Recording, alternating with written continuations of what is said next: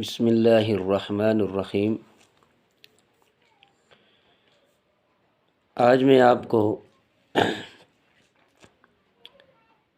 ایک بیماری کا علاج بتا رہا ہوں، جس بیماری کا نام ہے پھوڑے، پھنسی اور زخم۔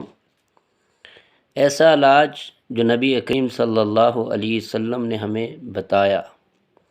اس دعا کے ذریعے جب ہم یقین کے ساتھ یہ دعا پڑھ کر علاج کریں گے، اللہ تبارک و تعالیٰ اس بیماری سے ہمیں ضرور نجات عطا فرمائے۔ صحیح بخاری کے اندر ہے، یہ دعا موجود ہے کہ شہادت والی انگلی کو اپنا لحاف مبارک لگا کر زمین پر رکھیں اور پھر یہ دعا پڑھتے ہوئے اپنی انگلی کو اپنے اس زخم، اس پھوڑے وغیرہ کے اوپر لگائیں۔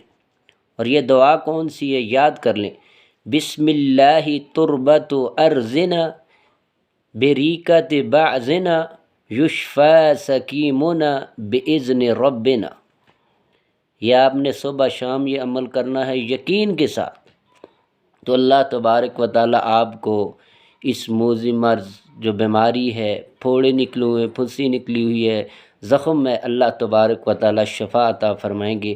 اللہ سے دعا ہے اللہ ہمیں نبی کریم صلی اللہ علیہ وسلم کے اس طریقے کے اوپر عمل پیرا ہونے کی توفیق عطا فرمائے۔